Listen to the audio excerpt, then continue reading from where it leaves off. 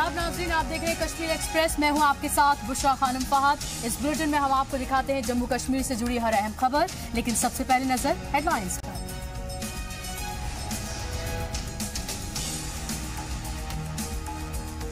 Milton के साथ तसादुम का सिलसिला बदस्तूर जारी। कुपवाड़ा जिले के कैरन सेक्टर में सिक्योरिटी फोर्स ने एक मिलिटेंट को किया हलाक। तसादुम में और मिलिटेंट के बीच मुठभेड़ में एक फौजी शहीद। स्कूलों की खस्ता हालत के बीच तालीम हासिल करने को मजबूर है रियासत के मासूम। तालीम हासिल करने की धुन में मुश्किलात से रोजाना जूझते हैं प्राइमरी स्कूलों के तालिब इल्म। तिराल में मुसलसल दूसरे दिन रहे बाजार बंद। मकामी मिलिटेंट्स की हलाकत के बाद बाजार में बंदी। हालात पर सिक्योरिटी फोर्सेस की पैनी नजर। नेशनल कॉन्फ्रेंस सदर फारूक अब्दुल्ला ने कश्मीर मसले को बताया सियासी मसला। कहा सियासी मसला सियासी तौर पर ही सुलझेगा। मरकज से की सभी फरीक से बातचीत शुरू करने की अपील। और आज़मीन हज के लिए मरकजी हुकूमत का तोहफा। करीब के दूसरे एयरपोर्ट से भी कर सकते हैं सऊदी अरब के लिए परवाज। तकरीबन 30,000 रुपए की होगी बचत।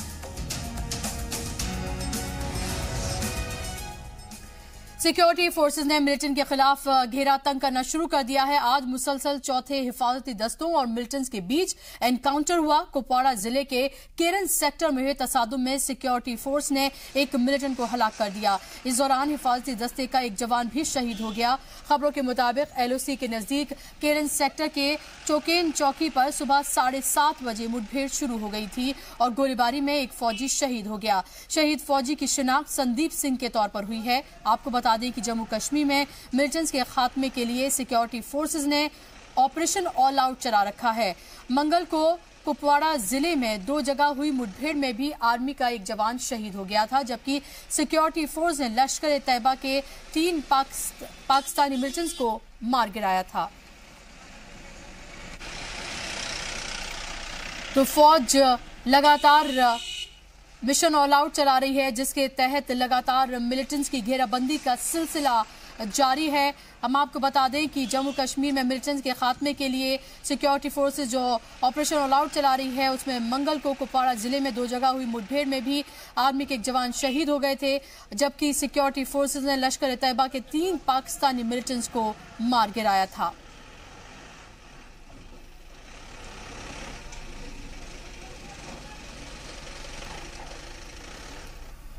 और इस पर ज्यादा जानकारी के लिए बात करेंगे अपने नुमाइंदे तजम्मुल इस्लाम से। तजम्मुल, अभी ताजा अपडेट क्या है? क्या ताजा जानकारी आपको मुहैया हो पा रही है?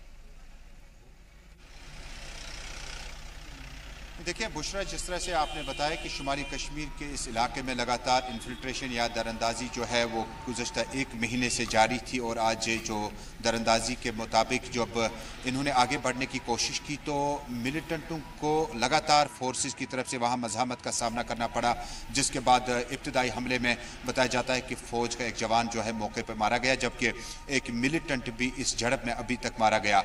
इधर लश्कर तैयबा ने अपना प्रेस नोट अपडेट करते हुए बताया कि इसमें एक नहीं बल्कि ज्यादा फौज का नुकसान पहुंचाने का उन्होंने दावा किया। रियासत जम्मू कश्मीर में ऑपरेशन ऑल आउट के साथ साथ बुशरा, ये जो सरहदी इलाके हैं लाइन ऑफ कंट्रोल, जिसमें ये जो केरन सेक्टर है, यहाँ पर लगातार इस महीने इन्फिल्ट्रेशन होता रहा, दरअंदाजी होती रही, और उसके बाद बर्फबारी बहुत ज्यादा न हो उससे पहले ज्यादा से ज्यादा मिलिटेंट इस तरफ धकेलने में हमसाये मुल्क ने हमेशा कोशिश की है। इसी तरह का गुरेज का सेक्टर हो, नवगाम का सेक्टर हो, राजवाड़ का सेक्टर हो, ये वो सेक्टर्स हैं जहाँ पर लगातार हमने देखा है कि इस महीने में खिज़ां का मौसम शुरू होते ही इन्फिल्ट्रेशन बहुत ज़्यादा होती है। और फौज ने अपना जो सर्च ऑपरेशन केरन सेक्टर में है, जेन सेट्स और बाकी लाइट्स का इस्तेमाल करके वसी जंगलात का अराजी जो है पूरे इलाके में, वहाँ पर मिलिटेंटों को ढूंढ निकालने की तलाशी शुरू कर दी है। और मैं आपको यकीन के साथ कहूँगा कि दोपहर 4:30 बजे जब दोनों अतराफ से गोलीबारी शुरू हुई, उसके बाद 7 बजे गोलीबारी रुकी हुई है, लेकिन लाइट्स का इंतजाम और फौज को इस ऑपरेशन को सक्सेसिव, कंटिन्यू और बेहतर करने के लिए मुझे लगता है कि काफ़ी मज़ामत का सामना होगा, काफ़ी चैलेंज, क्योंकि फॉरेस्ट रेंज बहुत ज़्यादा है। इसलिए मिलिटेंटों की तरफ से भागने के जो रास्ते थे, और हो सकता है कि लाइन ऑफ कंट्रोल के उस पार अगर तजम्मुल, मुझे बताइए कि कितने मिलिटेंट्स के छिपे होने की बात कही जा रही है, और क्या लग रहा है कितना वक्त और लग सकता है? बुशरा, चूंकि केरन सेक्टर का ये इलाका मैं पहले ही बता चुका हूं कि ये एक ऐसा टर्निंग पॉइंट वहां पर है कि जहां पर अमूमन इस महीने में इन्फिल्ट्रेशन या मज़ाहमत बहुत ज़्यादा होती है फौज के साथ। और उसके बाद दरअंदाजों ने जिस तरह से इस तरफ आने की कोशिश की थी, उसमें एक मिलिटेंट अभी तक कन्फर्म है कि उसकी डेथ हो गई है, वो मारा गया है। उसके बाद बताया जाता है कि अगर दिफाई ज़राए का यकीन किया जाए, बताया जाता है कि इस इलाके में जो दरअंदाज थे वो तकरीबन 5 से 6 थे और इन 6 मिलिटेंटों पर मुश्तमिल जब एक ग्रुप आगे बढ़ने की कोशिश कर रहा था तो फौज ने उन्हें ललकारा। उसके बाद गोलीबारी शुरू हुई। अभी इब्तिदाई हमले में जैसे कि बताया गया कि एक मिलिटेंट और एक फौजी इसमें मारा गया। इन्फिल्ट्रेटर्स और बाकी लोग जो हैं कहां गए होंगे, इस पे सर्च ऑपरेशन जो है उसको कंक्लूड करने की कोशिश की जाती है, क्योंकि केरन सेक्टर ये वो सेक्टर है जो सरहद के बिल्कुल नजदीक है और लाइन ऑफ कंट्रोल के बिल्कुल साथ में पाकिस्तान की सरहदें इसके साथ छूती है, जिसका मतलब ये हुआ कि इस एटमॉस्फेयर में और इस माहौल में ऑपरेशन को कंक्लूड करना यह सिर्फ ऑपरेशन ही नहीं है बल्कि रेगुलर इन्फिल्ट्रेशन है। और जिसको रोकने के लिए न सिर्फ बॉर्डर सिक्योरिटी फोर्स, राष्ट्रीय रैफल्स, बल्कि जितने भी कमांडोज दस्ते हैं वो वहां पर लगे हुए हैं ताकि ज्यादा से ज्यादा इन्फिल्ट्रेटर इस तरफ न आए। लेकिन एक बड़ा सवाल बुशरा ये होगा कि अगर एक इन्फिल्ट्रेटर या एक मिलिटेंट की डेथ हुई है तो बाकी लोग क्या सरहद के उस तरफ चले गए या इन गुंजान जंगलात में अभी तक है या इन्फिल्ट्रेशन करके वो आगे राजवाड़ा से हंदवाड़ा पहुंचे होंगे। इसको भी खारिज तजम्मुल, मेरा सवाल आपसे यह है कि जिस तरह से अभी ठंड जिस तरह से बढ़ रही है, बर्फबारी भी हो रही है, ऐसे में ये जो केरन सेक्टर है, ये जिस तरह से आपने बताया कि काफी मुश्किलात होती हैं यहाँ पर सिक्योरिटी फोर्सेस को, ऐसे में अब रात का वक्त हो गया है, लाइट्स का इंतजाम किया जा रहा है, हालांकि एक जवान ऑलरेडी शहीद हो चुका है। ऐसे में आगे इस ऑपरेशन को चलाने में जाहिर सी बात है और काफी मुश्किलें आ सकती हैं और चैलेंज ये भी होगा कि जितने भी इन्फिल्ट्रेटर्स जो हैं वो कोशिश कर रहे हो अंदर घुसने की, उनको रोका जा सके।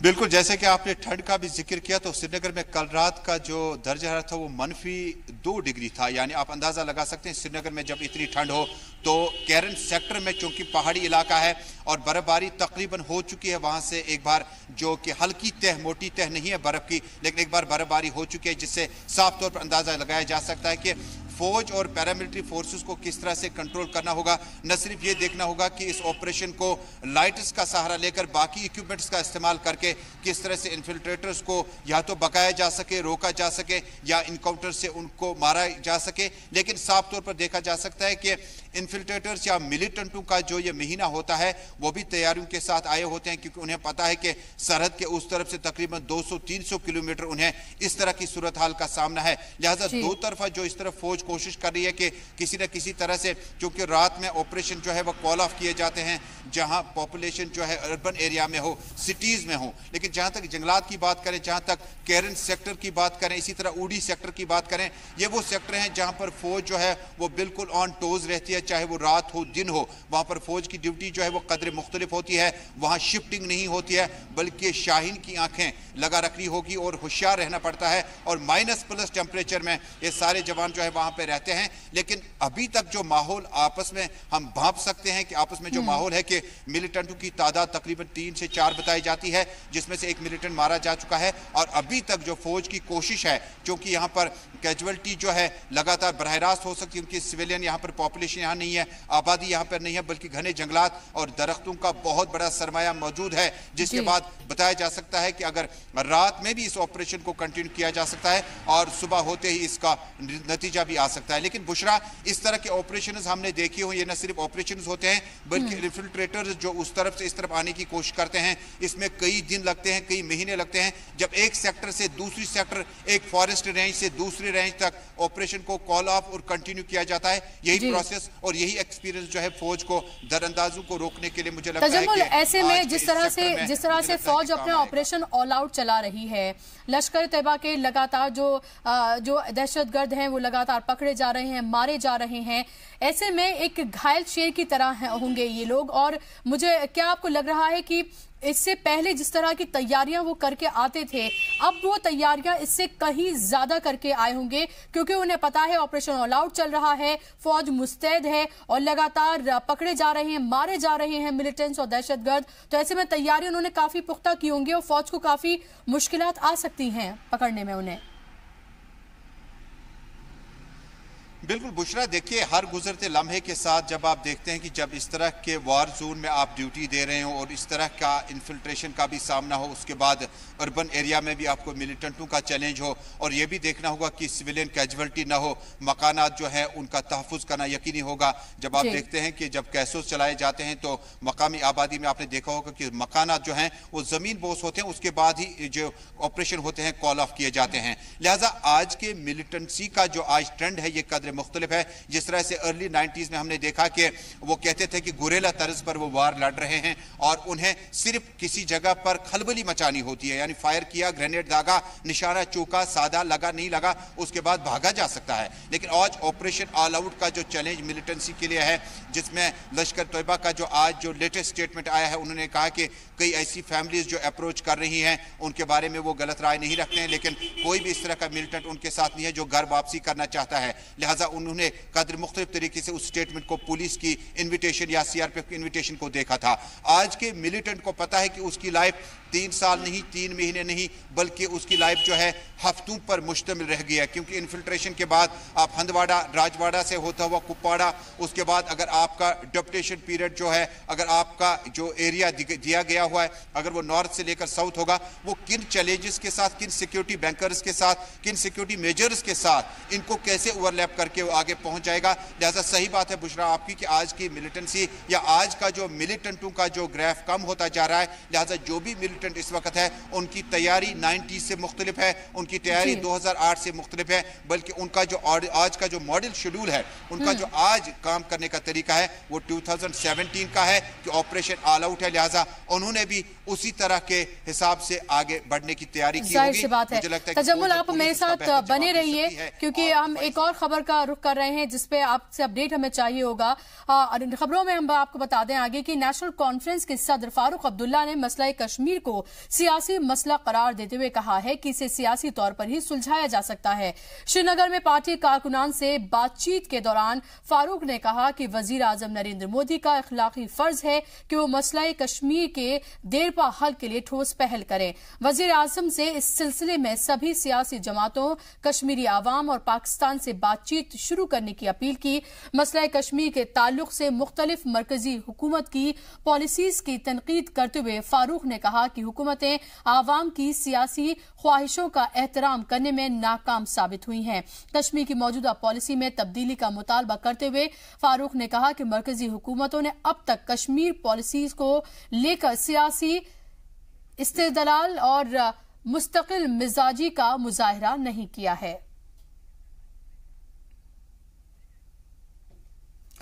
और आज़मीन हज के लिए एक अच्छी खबर है। पहली दफा मखसूस इलाकों से फरीज़े हज की अदायगी के लिए जाने वाली आज़मीन सफर हज की रवानगी के लिए अपनी पसंद की जगह का इंतखाब कर सकते हैं। इसके सबब आज़मीन को माली बचत भी होगी। अक़लियती उमूर के मरकजी वजीर मुख्तार अब्बास नकवी के मुताबिक रवानगी के लिए इजाफी पॉइंट की शुरुआत से आज़मीन जिस जगह से चाहें सऊदी अरब की फ्लाइट पकड़ सकते हैं। वाज़ेह हो कि आज़मीन सफर हज के लिए श्रीनगर समेत मुल्क के 21 एयरपोर्ट से फ्लाइट पकड़ते हैं, लेकिन अब श्रीनगर से रवाना होने वाले आज़मीन दिल्ली से भी परवाज कर सकते हैं। इससे उन्हें तकरीबन 36,000 रुपए की बचत होगी। इसी तरह गुवाहाटी, रांची, गया के आज़मीन कोलकाता से भोपाल, गोवा, औरंगाबाद के आज़मीन मुंबई और बनारस के आज़मीन लखनऊ एयरपोर्ट से रवाना हो सकते हैं। फ्लाइंग पॉइंट इंतखाबात करने के बाद उसमें तब्दीली नहीं की जा सकती। इसके अलावा रवानगी और वापसी दोनों एक ही एयरपोर्ट से होंगी। आपको बता दें कि 2018 से 2022 की हज पॉलिसीज तरतीब देने के लिए कायम की गई आला सतह कमेटी के मशवरे के बाद यह फैसला किया गया है। कमेटी ने फ्लाइंग पॉइंट की तादाद को 21 से घटाकर 9 करने की तजवीज भी दी थी, लेकिन वजारत ने इसे मुस्तरद कर दिया।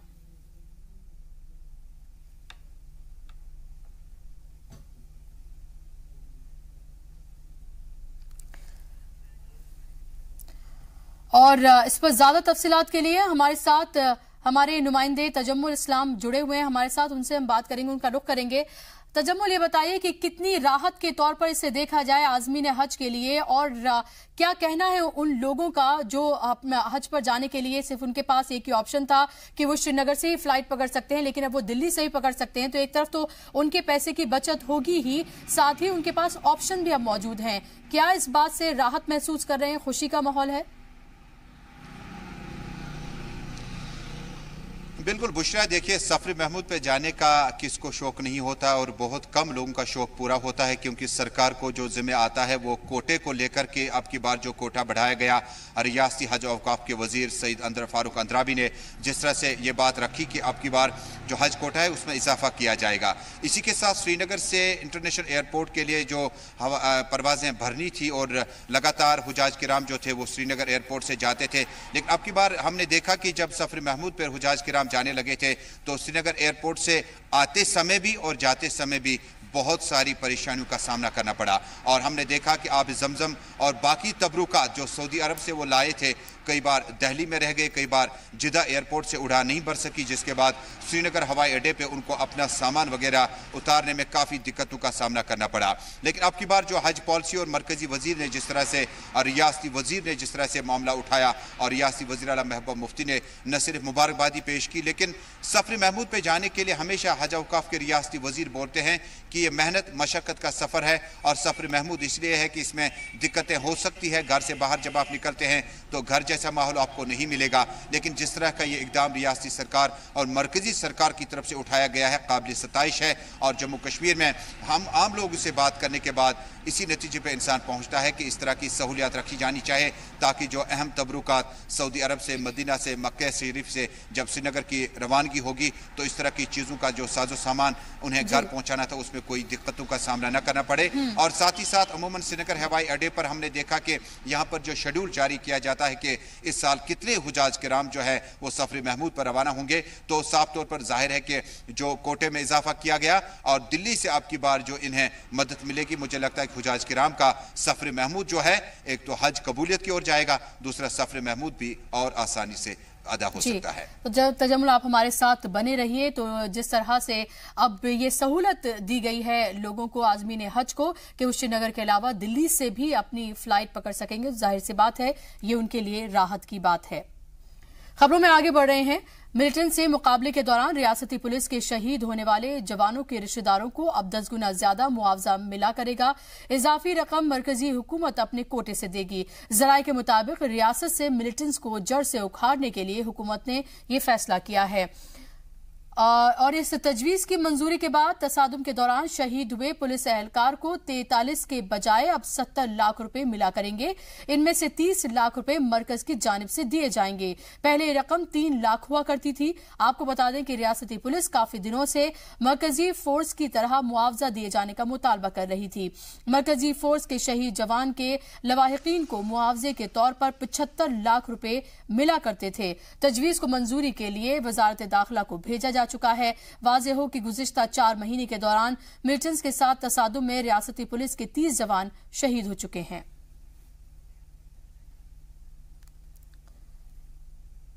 और इस पर ज्यादा तफसीलात के लिए एक बार फिर से रुख करते हैं अपने नुमाइंदे तजम्मुल इस्लाम का, जो लगातार हमारे साथ बने हुए हैं।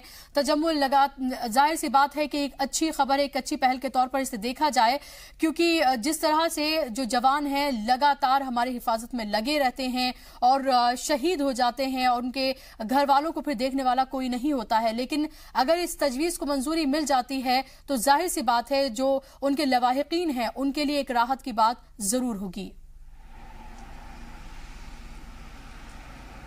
बिल्कुल बुशरा, जम्मू कश्मीर में देखें तो जम्मू कश्मीर में तकरीबन ऐसी 40,000 से ज़्यादा फैमिलीज़ हैं जो जम्मू कश्मीर पुलिस के साथ वाबस्ता हैं। और जब घर का वाहिद कमाव, जब घर का फैमिली हेड ही चला जाए तो उनकी फैमिली किन मुश्किलात में जूझ रही होगी, इस बात का अंदाज़ा देर से ही रियासती पुलिस को, मरकजी सरकार को हुआ, लेकिन एहसास तो हुआ। आपको याद होगा कि जम्मू कश्मीर में 1991 से लेकर 2017 तक बहुत सारी पुलिस फैमिलीज़ हैं जो अभी भी अपने पुलिस वेलफेयर के लिए दफ्तरों का चक्कर काट रहे हैं, क्योंकि जब फैमिली हेड की डेथ हुई या जम्मू कश्मीर पुलिस में तैनात ऑफिसर, हमको याद होगा कि जनूबी कश्मीर के बाद शुमाली कश्मीर और मुतअद्दिद इलाकों में लगातार गुज़िश्ता 8 महीने, ख़ुसूसन 2008 के बाद जो इन्फिल्ट्रेशन के बाद अब अर्बन एरिया में जो जम्मू कश्मीर पुलिस को चैलेंज था वो यही था कि जब पुलिस स्टेशन एक गाड़ी लेकर अपने अर्बन एरिया में, अपने लोकल एरिया में मोमेंट के लिए जा रहे हैं, रोड ओपनिंग पार्टी हो, वीआईपी मोमेंट हो, तो पहले तो जम्मू कश्मीर पुलिस का जवान जाता है। मिनिस्टर ने कहीं पे कमलें बांटने जाना हो तो जम्मू कश्मीर पुलिस का जवान जाता है। इलेक्शन में छोटी बड़ी यकनफरी पार्टी हो तो उसके साथ पुलिस का एस्कॉर्ट जो है जम्मू कश्मीर पुलिस का होता है। इसलिए हमने देखा कि बहुत कुर्बानियां जम्मू कश्मीर पुलिस ने दी। जिस तरह से कई SHOs, कई ऑफिसर ऐसे हैं जिनको क्या मिलिटेंटों ने हिलाक किया, उसके बाद उनकी फैमिलीज को कुछ नहीं मिला। मुझे लगता है कि SRO, खुसूसी SRO जिस पर बहुत ज्यादा जोर था कि अब की बार न सिर्फ स्टेट गवर्नमेंट बल्कि मरकजी सरकार अपना कलीदी रोल अदा करे। और बुशरा, आपको याद होगा कि इसी असना में एक अहम ऐलान यह भी हुआ कि जो SPOs जम्मू कश्मीर पुलिस में काम करते हैं, कई को फॉलोवर का ग्रेड दिया गया है, कई को गाड़ियां चलाने का जिम्मा सौंपा गया। मुझे याद है कि गुज़श्ता साल श्रीनगर शहर में पुलिस ऑफिसर पर हमला हुआ और जो गाड़ी चलाने वाला था वो कांस्टेबल नहीं, सिलेक्शन ग्रेड नहीं, हेड कांस्टेबल नहीं, बल्कि वो SPO ही था जो बाद में जख्मों की ताब जाहिर बात है कि जिस तरह से शहादत होती है फौजियों की और जो कुर्बानियां देते हैं उसका मुतबादल पैसे कभी भी नहीं हो सकते। लेकिन जाहिर सी बात है, एक राहत की बात जरूर है कि उनके बाद उनके फैमिलीज को इससे राहत जरूर मिल सकती है या वो आगे अपनी जिंदगी को थोड़ी आसानी से जरूर गुजार सकते हैं। आप बने रहिए तजम्मुल हमारे साथ। रुख कर रहे हैं अगली खबर का जिस पे आपसे अपडेट हम लेंगे। ट्रैफिक कवानीन की पाबंदी के मामले में जम्मू कश्मीर का रिकॉर्ड भी उम्मीद अफजा नहीं कहा जा सकता है। गुज़िश्ता 6 महीने के दौरान ट्रैफिक पुलिस ने ट्रैफिक रूल्स की खिलाफ वर्जी करने पर 1.5 करोड़ रुपए का जुर्माना वसूल किया है। वाज़ेह हो कि गैर कानूनी तौर पर चलने वाले मेटाडोर और मिनी बस को लेकर आम लोगों ने काफी शिकायतें की थी, जिसके बाद पुलिस ने इसके खिलाफ मुहिम चलाकर हजारों गाड़ियों का चालान काटा। ट्रैफिक पुलिस के मुताबिक गुज़िश्ता 6 महीने के दौरान 21,693 मेटाडोर और मिनी बस जबकि 26,229 मोटरसाइकिल मालिकों पर फाइन लगाया गया है। इस दौरान 1600 गाड़ियों को जब्त भी किया गया। मजमूई तौर पर इन 6 माह में 86,000 से ज्यादा गाड़ी मालिकों के खिलाफ मामले दर्ज किए गए हैं। वाज़ेह हो कि ट्रैफिक कवानीन की पाबंदी के लिए ट्रैफिक पुलिस स्कूली बच्चों की मदद से बेदारी मुहिम भी चला रही है।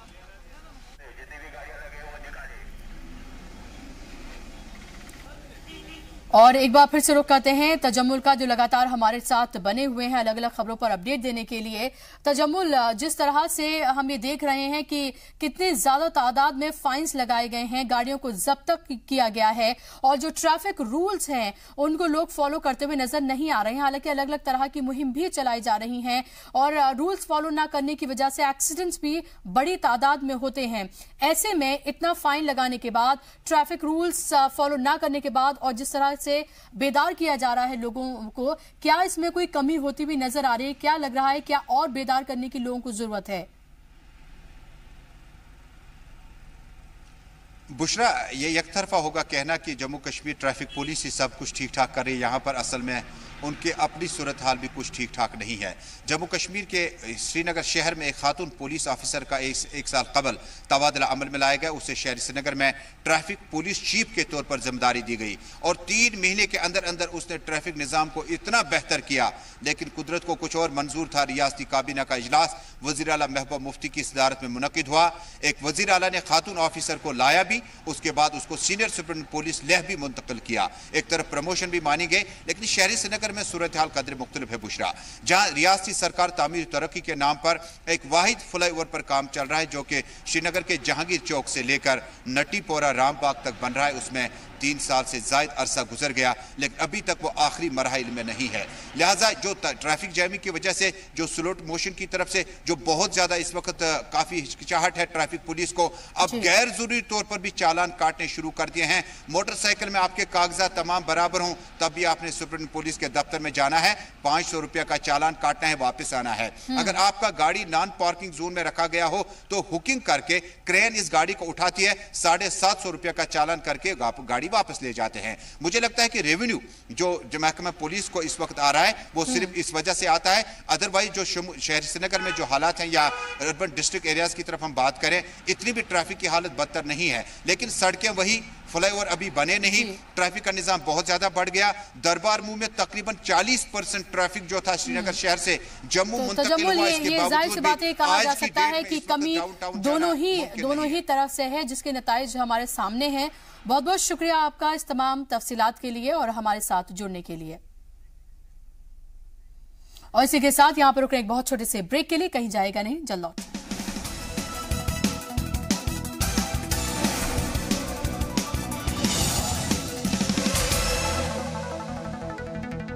ब्रेक के बाद एक बार फिर से आप सभी का इस्तकबाल है। आप देख रहे हैं कश्मीर एक्सप्रेस। खबरों में आगे बढ़ेंगे। सीएम महबूबा मुफ्ती ने आज जम्मू में इंतजामिया सेक्रेटरीज के साथ मीटिंग की। मीटिंग में महबूबा मुफ्ती ने इंतजामिया अफसरान को इस माली साल के लिए मंजूर बजट को इसी साल खर्च करने की हिदायत दी। किसी तरह के फंड को लौटाया और लैप्स नहीं किया जाएगा। सीएम ने अफसरान से कहा कि वो अपने महकमे के तहत होने वाले कामों में माली साल के आखिर तक पूरा फंड खर्च करें और साथ ही ये भी हिदायत दी गई कि वक्तन फवक्तन प्रोजेक्ट्स का जायजा लेने के लिए दौरा भी किया जाए और इस बात को यकीनी बनाएं कि मुकर्ररा वक्त पर काम पूरा हो। और इस पर ज्यादा जानकारी के लिए बात करेंगे अपने नुमाइंदे राजन वैद से, हमारे साथ फोन लाइन पर जुड़ गए हैं। राजन, सेक्रेटरीज को यह हुक्म दिया गया है कि जो इस साल का बजट अलॉट किया गया है वो पूरा बजट खर्च किया जाए, यानी कि कामों को, प्रोजेक्ट्स को सही टाइम पर वक्त रहते हुए पूरा किया जाए। ऐसे में कितना प्रेशर ये लोग महसूस कर रहे हैं और क्या वाकई में लग रहा है कि जिस तरह के अहकामात जारी किए गए उस पर उस तरह से अमल होता हुआ नजर आएगा? जी बुशरा, मैं आपको बता दूं कि जिस तरह से जब भी एक फाइनेंशियल ईयर होता है तो उसके लिए जो बजट सैंक्शन किए जाते हैं उसको उसी फाइनेंशियल ईयर के अंदर अंदर ही जो भी जो डेवलपमेंट के काम होते हैं उसके लिए सैंक्शन किया जाता है। उसको वो काम कहाँ तक पहुंचे, कहाँ तक उसमें तेजी आई, क्या उन कामों ने अपनी डेडलाइन से आगे चले गए हैं, इस पे पूरा जो जायजा लेने के लिए अलग अलग विभागों के जो एडमिनिस्ट्रेटिव सेक्रेटरीज हैं जो पूरा कामकाज देखते हैं। अगर हम कहें तो पूरी जो हुकूमत है यही सेक्रेटरीज जो हैं यही चलाते हैं। तो ये पूरी जानकारी सीएम साहिबा ने ली इनसे कि क्या जो बजट पहले आपको मिले थे क्या वो पूरी तरह से मुकम्मल तरीके से आपने लगाए हैं, और अगर कुछ फंड की कमी है कहीं पे तो वो जानकारी दी जाए ताकि आने वाले बजट सेशन में और उसकी जो उसके बाद में पूरी जानकारी आप हमें एक रिपोर्ट बना के दें ताकि किस काम में कितना पैसा लगेगा और कितना पैसा लग चुका है ये सारी जानकारी मिल पाए। तो इसी के बारे में आज सभी एडमिनिस्ट्रेटिव सेक्रेटरीज के साथ बहुत अहम जो है बैठक की महबूबा मुफ्ती ने और सभी कामों का जायजा लिया और जानकारी ली। जी राजन, साफ तौर पर उन्होंने ये भी कहा कि किसी भी तरह के फंड को लौटाया नहीं जाएगा और लैप्स नहीं किया जाएगा। तो जाहिर सी बात है महबूबा मुफ्ती काफी सख्त नजर आई। मैं आपसे जानना चाहती हूँ कि ऐसे कितने प्रोजेक्ट्स हैं जो बड़े प्रोजेक्ट्स हैं जिनकी जानकारी आपके पास है जहां पर फंड का सही तरीके से इस्तेमाल नहीं किया जा रहा है, और अगर सही इस्तेमाल किया जाए तो शायद वक्त रहते हुए तमाम प्रोजेक्ट्स जो हैं वो तरक्याती काम जो हैं वो पूरे हो जाएं। जी बिल्कुल बुशरा, मैं आपको बता दूं पहले भी ऐसा कई बार हो चुका है। कई काम जो हैं वो अपनी डेडलाइन जो है मिस कर चुके हैं। यहाँ गंडोला का जो प्रोजेक्ट था, जम्मू की बात करूं तो उसके बाद जो आर्टिफिशियल लेक का जो एक प्रोजेक्ट था वो सभी अपनी डेडलाइन जो है मिस कर चुके हैं। उन्हें तो बहुत पहले ही मुकम्मल किया जाना था लेकिन अभी तक मुकम्मल नहीं किए जा सके। लेकिन इसी तरह कहीं ऐसे प्रोजेक्ट हैं जो खासकर जो दूर दराज के इलाके हैं उसमें चल रहे हैं, उनको भी अभी पूरा मुकम्मल नहीं किया गया। जमीनी स्तर पर काम देखने को नहीं मिला। जो लोगों की शिकायतें आई महबूबा मुफ्ती ने जो ये दरबार लगाया, पब्लिक दरबार, हमने पिछले दिनों में दिखाया कि जिस तरह से सांबा के जिले में या कठुआ जिले में या जम्मू के बाकी जिलों में एक पब्लिक दरबार मुनक्किद करवाया गया सीएम की ओर से। उन्होंने लोगों से जानकारी और लोगों की तरफ से ये गुस्सा निकल के सामने आया कि जो भी उनके डेवलपमेंट के काम है वो रुके हुए हैं, जो प्रोजेक्ट थे बड़े अहम प्रोजेक्ट थे उनको रुके हुए हैं। तो इसके पीछे क्या कारण है, जिसको देखते हुए ये एक तरह की कार्रवाई है, सख्त कार्रवाई है। महबूबा मुफ्ती खुद इसमें अपना पूरा इंटरेस्ट दिखा रही हैं और वो चाहती हैं कि जितने भी एडमिनिस्ट्रेटिव सेक्रेटरीज हैं वो डेडलाइन पे ही सभी जो कामकाज हैं उनको मुकम्मल करवाए ताकि लोगों से कोई शिकायत सुनने को ना मिले। क्योंकि राजन, हम अक्सर देखते हैं और आप भी जिस तरह से लगातार हम तक अपनी खबरें पहुंचाते हैं हम ये देखते हैं कि बहुत सारी ऐसी जगहें हैं जम्मू कश्मीर दोनों जगह पर जहां पर सड़कें प्रॉपर नहीं है, लोगों को आने जाने में परेशानी होती है, जो बेसिक सहूलियात हैं वो तक मुहैया नहीं है। ऐसे में इस तरह की मीटिंग्स काफी अहम है, लेकिन सवाल ये उठ रहा है कि 1 महीने पहले ही इस तरह की मीटिंग क्यों बुलाई गई है? उससे पहले भी तो ये मीटिंग बुलाकर इसी तरह की सख्ती दिखाई जा सकती थी, क्योंकि अब 1 महीना बचा है। 1 महीने बाद ये तमाम फंड जो है वो लैप्स हो जाएगा या फिर वापस चला जाएगा।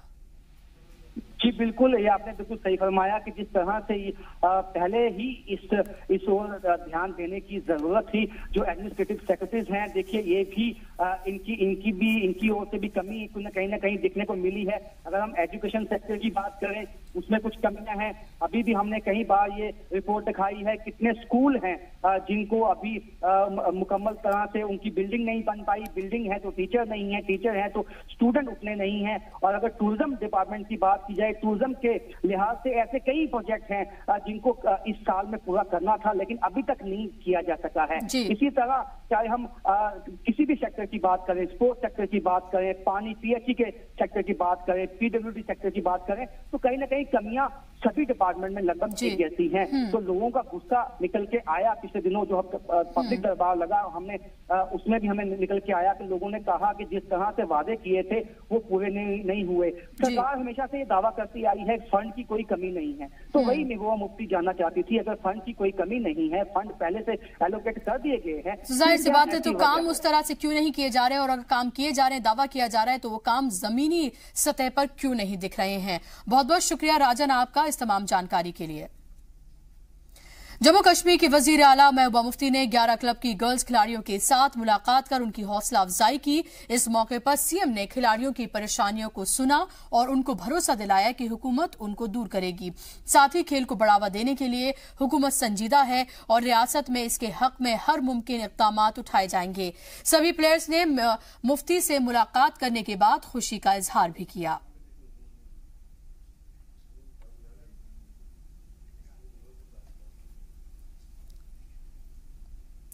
सिंगापुर हुकूमत ने स्किल डेवलपमेंट, वाटर मैनेजमेंट और रिवर फ्रंट के सिलसिले में रियासती हुकूमत को मदद की पेशकश की है। सिंगापुर के 6 रोजा दौरे से लौटने के बाद रियासती वजीर खजाना हसीब दराबू ने बताया कि इन 3 शोबों में सिंगापुर के माहिरीन रियासत की तरक्की में मुआविन साबित हो सकते हैं। वजीर खजाना के मुताबिक इस सिलसिले में जल्द सिंगापुर के मुतालिका महकमों और जम्मू कश्मीर हुकूमत के दरमियान MOU पर दस्तखत किए जाएंगे। वाज़ेह हो कि सिंगापुर का स्किल डेवलपमेंट का एक मरकज असम में पहले से ही काम कर रहा है, जबकि उड़ीसा में भी ऐसा ही एक मरकज कायम किया जाना है। दराबू ने कहा कि रियासत में स्किल डेवलपमेंट का मरकज कायम होने से नौजवानों को फायदा मिलेगा। खबरों में आगे बढ़ेंगे। जम्मू कश्मीर में बदमाशों के हौसले बुलंद हैं। बदमाशों ने इस बार जनूबी कश्मीर के शोपियां में ATM लूट की बड़ी वारदात को अंजाम दिया है। जिला अस्पताल में लगे JK बैंक के ATM मशीन को ही बदमाश उठाकर ले गए। ATM ले जाने के दौरान उन्होंने जमकर तोड़फोड़ भी की। पुलिस अफसर के मुताबिक ATM में 4 लाख से ज्यादा पैसा मौजूद था और इस लूट का शक मकामी मिलिटेंट्स पर भी किया जा रहा है, क्योंकि इससे पहले भी जनूबी कश्मीर में मिलिटेंट्स ने ATM लूट की वारदात को अंजाम दिया था। साल 2016 में नोटबंदी के दौरान कुलगांव, अनंतनाग और शोपियां में बैंकों में हथियारों के दम पर कई वारदातों को अंजाम दिया गया था। इस मामले में पुलिस ने मिलिटेंट्स की तलाश भी शुरू कर दी है और ATM लूट में साइबर सेल की भी मदद ली जा रही है। जम्मू कश्मीर पुलिस के सरबराह SP वैद ने मिलिटेंसी को खैरबाद करने वाले ट्रेंड को रियासत के लिए नेक फाल करार दिया है। माजिद खान और एक नामालूम नौजवान की वापसी का हवाला देते हुए DGP ने कहा कि इन नौजवानों को न तो गिरफ्तार किया गया और न ही उन्होंने खुद सुपुर्दगी की है, बल्कि इन्होंने अपने वालिदैन की अपील के बाद मिलिटेंसी से तौबा की है। DGP की ख्वाहिश है कि जिन माओं के बच्चे मिलिटेंट बन चुके हैं वो भी अपने लड़कों से मेन स्ट्रीम में वापस आने की अपील करें। जहां एक तरफ रियासती पुलिस और आर्मी मिलिटेंसी के खिलाफ सख्त कदम उठा रही है, तो वहीं नौजवानों को मिलिटेंसी, मंशियात और दूसरी बुरी आदतों से दूर रखने के लिए खेलों का सहारा ले रही है। गुज़िश्ता एक साल में वजारत दाखिला और रियासती हुकूमत के माली ताउन से पुलिस और आर्मी की जानिब से मुख्तलिफ स्पोर्ट्स इवेंट ऑर्गेनाइज किए जा रहे हैं। इन टूर्नामेंट्स में बड़ी तादाद में खिलाड़ी हिस्सा ले रहे हैं। 32वीं जम्मू जिला बैडमिंटन चैंपियनशिप के फातेह खिलाड़ियों को इनामात तकसीम करने के बाद डीजीपी वैद ने कहा कि नौजवानों में मुस्तबत सोच पैदा करने के लिए खेल अहम जरिया साबित हो सकता है।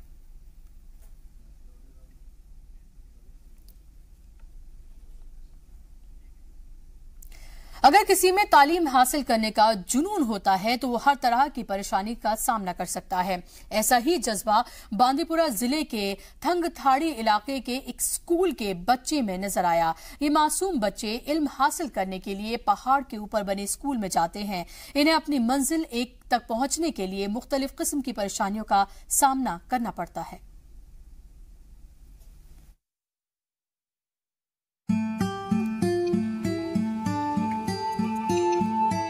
बच्चे एक नई नस्ल हैं, हमारा मुस्तकबिल हैं, मुल्क की किस्मत लिखते हैं। बच्चे सोसाइटी का आईना होते हैं। इनको हर वो चीज मुहैया करानी हमारी जिम्मेदारी बनती है जो इन्हें कामयाबी की तरफ ले जाती हो। हुकूमत और इंतजामिया की जिम्मेदारी भी बनती है कि जिस रास्ते से चलकर ये तालीम के मरकज तक जाएं, उसे मुकम्मल बनाया जाए ताकि इनकी कामयाबी के रास्ते में कोई रुकावट पैदा ना हो।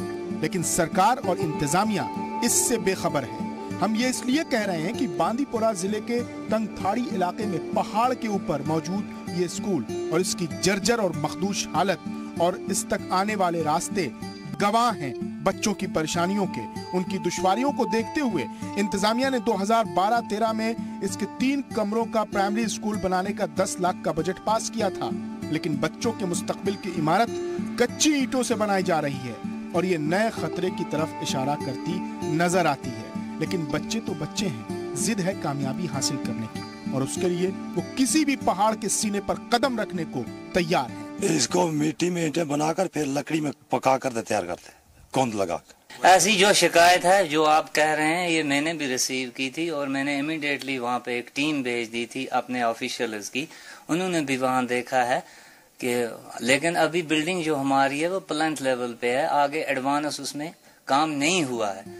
जब कच्चे हौसलों से बुलंद तकदीरें नहीं लिखी जा सकती तो फिर सस्ता और कच्चा सामान लगाकर कैसे इंतजामिया बच्चों के मुस्तकबिल से खिलवाड़ कर सकती है।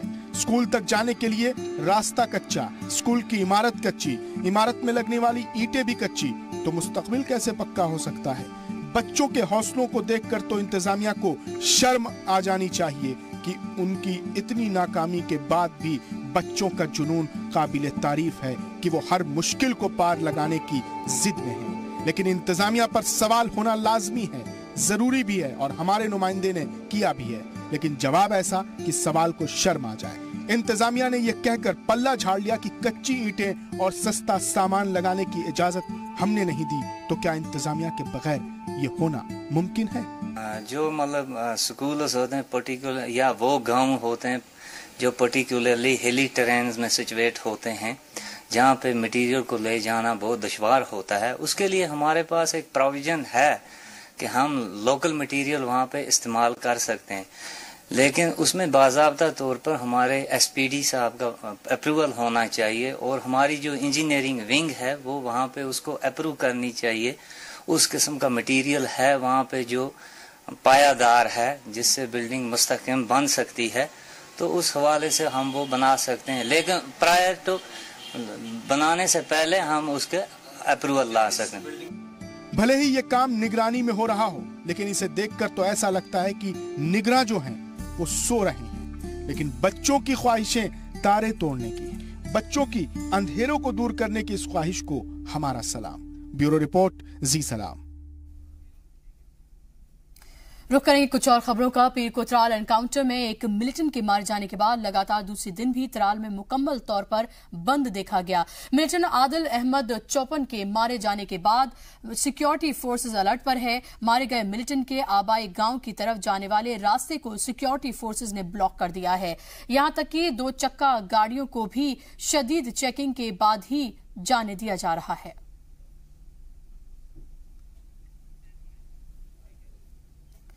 डिस्ट्रिक्ट गुरुद्वारा इंतजामिया कमेटी ने पंजाब पुलिस पर जम्मू के एक सिख शख्स को बिना किसी वजह ही परेशान करने का इल्जाम लगाया है और पुलिस की जानिब से की गई कार्रवाई की सख्त मजम्मत की है।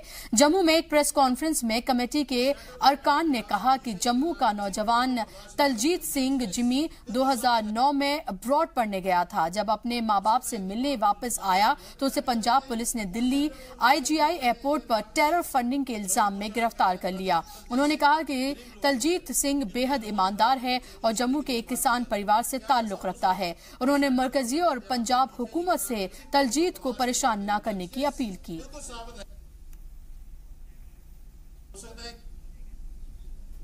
श्रीनगर के हरी सिंह स्ट्रीट के ताजरों ने हुकूमत के खिलाफ एहतजाज किया। ताजरों का इल्जाम है कि हुकूमत ने मार्केट की पार्किंग एरिया को महकमा फिशरीज को दे दिया है और साथ ही पार्किंग का तामीरी काम शुरू होने की वजह से काफी मुश्किलात का सामना करना पड़ रहा है। ताजरों का कहना है कि इस स्ट्रीट से में सोने की बड़ी मार्केट है, सोने की एक बड़ी मार्केट है और पार्किंग नहीं है। पार्किंग न होने की वजह से दुकानदार और खरीदार रोड पर गाड़ियां खड़े करने को मजबूर हैं, जिसकी वजह से इलाके में शदीद जाम लग जाता है और लोगों को परेशानियों का सामना करना पड़ता है। ताजरों ने हुकूमत और मुकामी एमएलए से मांग की है कि इसके हवाले से जल्द ही कोई कदम उठाएं, वरना हम रोड पर आ जाएंगे और सरकार के खिलाफ मुजाहिरा करेंगे। एक ही चीज़ है हमारी मुतालबा गवर्नमेंट से कि वो हमें ये फौरी तौर ये यहाँ काम बंद करें, क्योंकि हम बहुत सफ़र हो रहे हैं इससे। दूसरी बात यह है कि हम बहुत मिनिस्टरों के पास भी गए, डिविजनल कमिश्नर साहब के भी पास, DC साहब के पास भी गए। उन्होंने हमें एश्योरेंस दी कि हम ये काम जल्द से जल्द बंद करेंगे, लेकिन अभी तक ये काम इस पर नहीं हुआ है। रिक्वेस्ट कर रहे हैं महबूबा जी से कि वो इसमें थोड़ा बहुत अपना ये रोल दिखाएं और इसको ये काम जो बंद करवाएं। किश्तवाड़ के DDC जिला तरक्याती कमिश्नर अंग्रेज सिंह राणा ने डेली वेजर्स के साथ एक रोजा इजलास किया। बड़ी तादाद में महकमाए PHE के डेली वेजर्स ने हिस्सा लिया। इजलास के दौरान अंग्रेज सिंह ने कहा कि महकमाए PHE के मुलाजिम जिला इंतजामिया की रीढ़ की हड्डी हैं। डेली वेजर्स पूरे जिले की जमीनी सतह से वाकिफ होते हैं। उन्होंने कहा कि डेली वेजर्स इस बात का यकीन दिलाएं कि किश्तवाड़ के हर घर में पानी की सप्लाई मुअस्सर तरीके से हो रही है। उन्होंने मजीद कहा कि गुज़िश्ता दिनों पीने के पानी की किल्लत की काफ़ी शिकायतें सामने आई हैं जो बिल्कुल नाकाबिले बर्दाश्त हैं। DDC किश्तवाड़ ने महकमाए PHE के आला अफसरान को हिदायत दी कि डिपार्टमेंट में अंदरूनी तौर पर कोऑपरेशन बढ़ाएं और आवाम को दोबारा इस तरह की परेशानी दरपेश न होने का भी भरोसा दिलाएं।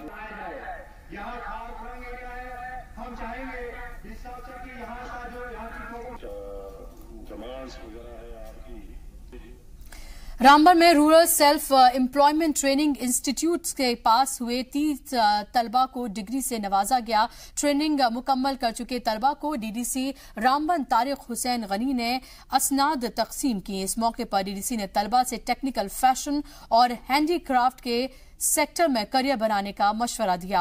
हुकूमत की पॉलिसीज का जिक्र करते हुए DDC ने कहा कि नौजवानों को रोजगार से जोड़ने के लिए हुकूमत माली और लॉजिस्टिक मदद कर रही है। आज का जो प्रोग्राम था वो वुमेन टेलरिंग एंड कटिंग था। कोई 30 लड़कियों को हमने ट्रेन किया है 1 महीने में। आज इनका पास आउट था, तो इनका जो हुनर मैंने देखा वो बहुत अच्छा इनका है। इन्होंने बहुत अच्छा सीखा, अच्छे तरीके से सीखा। अभी आप देख रहे हैं कि ये प्रैक्टिकली हमें दिखा रहे हैं। कश्मीर एक्सप्रेस में फिलहाल वक्त हो चला है एक और छोटे से ब्रेक का, जल्द हाजिर।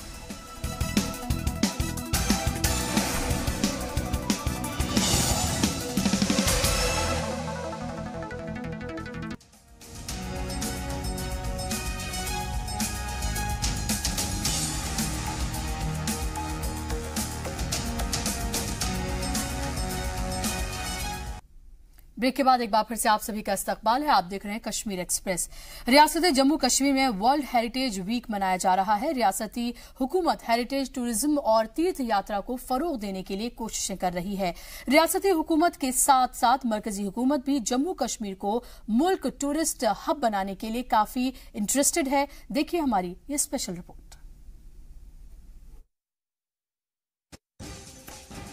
गुज़िश्ता दिनों कश्मीर में कशीदगी की वजह से सयाहत पर बुरा असर पड़ा है, जिसकी वजह से कश्मीर में आमदनी के सबसे बड़े जराए सयाहत में काफी कमी आई है।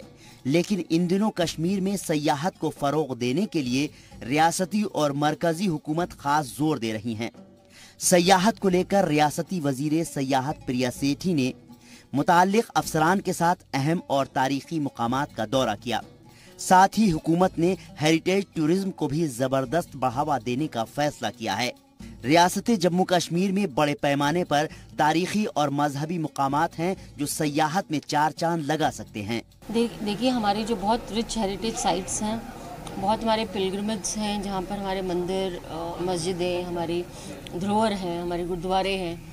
जम्मू वैसे भी बहुत, जम्मू कश्मीर पूरा एक कंपोजिट कल्चर है, तो इस बार कोशिश है हमारी गवर्नमेंट की कि हमारा जो टूरिज़्म रहेगा या फोकस रहेगा या हमारे प्रोजेक्ट्स रहेंगे वो कहीं ना कहीं इन चीज़ों को रेस्टोरेशन, कंजर्वेशन और हेरिटेज मॉन्यूमेंट्स की तरह से रहेंगे। रियासती हुकूमत बखूबी जानती है कि जम्मू कश्मीर में हर साल हजारों की तादाद में तीर्थ यात्री वैष्णो देवी और अमरनाथ यात्रा के लिए आते हैं, जिससे रियासत में काफ़ी आमदनी होती है। इसके मद्देनजर हुकूमत ने कदीमी इमारतों को नई जिंदगी देने का फैसला किया है ताकि सयाह मजहबी मुकामात पर जाने से पहले इन कदीमी इमारतों पर जाएं। हुकूमत का कहना है कि सयाहत को फरोग देने के लिए फंड की कोई कमी नहीं है। चीफ मिनिस्टर हमारी इसकी मिनिस्टर इंचार्ज हैं, वो भी बहुत कीन रहती हैं किस तरह से जो है ये हेरिटेज विरासतें जो है, हमारे कल्चर जो है हमारा रिच, चाहे सूफीज़म हो, चाहे हमारा हिंदू का माता के सर्किट्स है या हमारे जो शिव के सर्किट्स हैं, वो किस तरह से उभार के जो है लोगों में जाएँ। और सबसे भिन्न है पूरे देश के अंदर, अलग ही विरासत के साथ हम हैं और बहुत बहुत ट्रेजर है यहाँ पर। हुकूमत ने तमाम मुताल्लिक सीनियर अफसरान और महकमाए आसार कदीमा को हिदायत दी है कि वो सभी कदीमी और तारीखी इमारतों की शिनाख्त करें और जल्द से जल्द इस ताल्लुक से रिपोर्ट तैयार करके जमीनी सतह पर काम शुरू कर दें। जम्मू कश्मीर में ज्यादा से ज्यादा तादाद में सयाह यहाँ पहुँचे, इसके लिए हुकूमत ने अब पुख्ता कदम उठाने का मन बनाया है, जिसके चलते जितने भी ऐतिहासिक यहाँ पे मोनूमेंट हैं या इमारतें हैं उनको एक नई जिंदगी दी जाएगी। क्योंकि सरकार का ये दावा है कि अब पिलग्रिमेज टूरिज्म के साथ साथ हेरिटेज टूरिज्म को भी बढ़ावा मिलेगा। लेकिन सरकार की इन योजनाओं को कब तक सरे अंजाम तक पहुंचाया जाता है, ये केवल वक्त ही बताएगा। कैमरामैन आशु के साथ राजन वैद, जी मीडिया जम्मू। बांदीपुरा के जंगलात से दूसरे अजला में लकड़ियां भेजे जाने पर मकामी लोगों का गुस्सा जो है बढ़ता जा रहा है। इस बात को लेकर रुकने असेंबली उस्मान मजीद और फॉरेस्ट कॉर्पोरेशन एहलकारों के दरमियान खूब बहस भी हुई। एमएलए ने लकड़ियों से लदी गाड़ियों को जिले से बाहर ले जाने से रोक दिया। इसको इधर और गाड़ी में कर लोड की, मैं डिपार्टमेंट से फैसला करूंगा। बोला कि लकड़ी जाने नहीं दूंगा। महकमाए जंगलात के अफसरान के साथ गर्मा गर्म बहस गाड़ियों पर लदी इन लकड़ियों को लेकर है। मकामी रुकने असेंबली उस्मान मजीद किसी भी हाल में इन लकड़ियों को जिले से बाहर भेजे जाने के हक में नहीं है। मकान की तामीर में इस्तेमाल होने वाली इन लकड़ियों को दूसरे अजला में भेजा जा रहा है। उनका इल्जाम है स्टेट फॉरेस्ट कॉर्पोरेशन मकामी मफाद की अनदेखी कर श्रीनगर और गांदरबल के लोगों को फायदा पहुंचा रहा है। लकड़ी किन की है? बांदीपोरा की। हमारे जंगल हमारे हैं और यहाँ के लोग इतने सफर कर रहे हैं, उसका आधा % भी यहाँ उन्होंने आज तक यहाँ के डिपोज में नहीं डाला। इसलिए आज हमने ये अहद किया है कि हम बांदीपोरा से 1 इंच लकड़ी बाहर नहीं जाने देंगे। मकामी जंगलात से फॉरेस्ट कॉर्पोरेशन सालाना लाखों CFT लकड़ियां काटता है। कॉर्पोरेशन डिपो में हजारों कुंटल लकड़ियां पड़ी हुई हैं। मकामी लोग भी इनका इस्तेमाल करना चाहते हैं। इसके लिए उन्होंने कागजी कार्रवाई भी पूरी कर रखी है। बावजूद इसके डिपो से उन्हें लकड़ियां फराहम नहीं की जाती। लकड़ियां हासिल करने की हमारे पास इजाजत है, सारी कार्रवाई पूरी है, लेकिन महकमा हमें लकड़ियां नहीं देता। पूरे जिलों को लकड़ियां भेज दी जाए। मकामी लोगों ने रुकने असेंबली के इस इकदाम की हिमायत की है। रुकने असेंबली ने वाजे कर दिया है कि डिपो की लकड़ियां जब तक मकामी लोगों में तकसीम नहीं की जाती, तब तक बांडीपोरा से एक गाड़ी भी बाहर नहीं जाएगी। जी सलाम के लिए बांडीपोरा से शहजाद भट्ट की रिपोर्ट। मुल्क का एक मुरवज्जिह उसूल है कि हर चीज के लिए सरकारी महकमों, अफसरान, एहलकारों और सरकार को जिम्मेदार ठहरा दिया जाए। शिकायतें हक बजानिब हो सकती हैं, लेकिन सारा कसूस सरकार और महकमे का हो, इसका दावा नहीं किया जा सकता। दरअसल इसकी आड़ में हम अपनी कमियों को छिपाने की कोशिश करते हैं। जुम्मे में वाक़े जेडीए का एक मारूफ पार्क इसकी वाज़ेह मिसाल पेश करता है। जम्मू के लोग ही पार्क को गंदगी का ढेर बनाने पर तुले हैं। जेडीए की नाअहली इस काम में पूरी मदद कर रही है। आप देखिए ये रिपोर्ट, मुझे दीजिए इजाजत। जम्मू डेवलपमेंट अथॉरिटी के इस बोर्ड को देखिए। जली हरफों में जेडीए खुद को शहरियों की बेहतरी के लिए वक्फ करने का दावा कर रहा है। अब इन तस्वीरों को देखिए। ये शहर का एक मारूफ पार्क है। मॉर्निंग वॉक के लिए आने वाले लोगों को यहाँ पर कैसी आबो हवा मिलती होगी, इसका अंदाजा इन तस्वीरों से लगाया जा सकता है। पार्क क्या ये है, बल्कि उबाश किस्म के लोगों ने इसे शराब नोशी का अड्डा बना रखा है। स्वच्छता अभियान पर यहाँ किस तरह से अमल होता है, ये भी देखिए। फव्वारे में पानी नहीं है, जगह जगह कूड़े फैले हुए हैं। टॉयलेट इस्तेमाल करने से पहले आपको कई बार सोचना पड़ेगा कि करें या ना करें। ट्रांसफार्मर के नंगे तार हर वक्त किसी बड़े हादसे को दावत देते नजर आते हैं। मकामी लोग चाहते हैं कि बल्दिया इस जानिब फौरी तौर पर मुतवज्जे हो। गवर्नमेंट को कहता हूँ, ये जो म्यूनसिपैलिटीज है, ये जो जिनका इनका काम है, ये देख रहे हो, अभी भी देख रहे हो आप, जो है कितनी गंदगी पड़ी हुई है। कम से कम यहाँ इस गंदगी से कितने मच्छर पैदा होंगे, और ये स्मेल जो है इससे भी कितनी बीमारियां लगती हैं। ये पूरा हमारा जो वातावरण है ये पूरा पॉल्यूटेड हो रहा है। इसलिए मैं ये अपील करूंगा पब्लिक से और गवर्नमेंट से भी, और ये म्यूनसिपैलिटी वाले जो हैं, ये जितनी भी नालियां देख लो, आगे पीछे बहुत ज़्यादा गंदगी है। ये सिर्फ पैसे कमाने के लिए बैठे हुए हैं। मैं इनसे अपील करता हूँ, गवर्नमेंट से अपील करता हूँ, कम से कम ध्यान दें। आप मेट्रो सिटीज़ बनाने शुरू हैं, आप कह रहे हैं हमने कौन सा ये शहर बनाना है, लेकिन पहले जो गंदगी है इसको तो साफ कीजिए। सेहतमंद जिस्म के लिए आबो हवा का साफ और शफाफ रहना बहुत जरूरी है।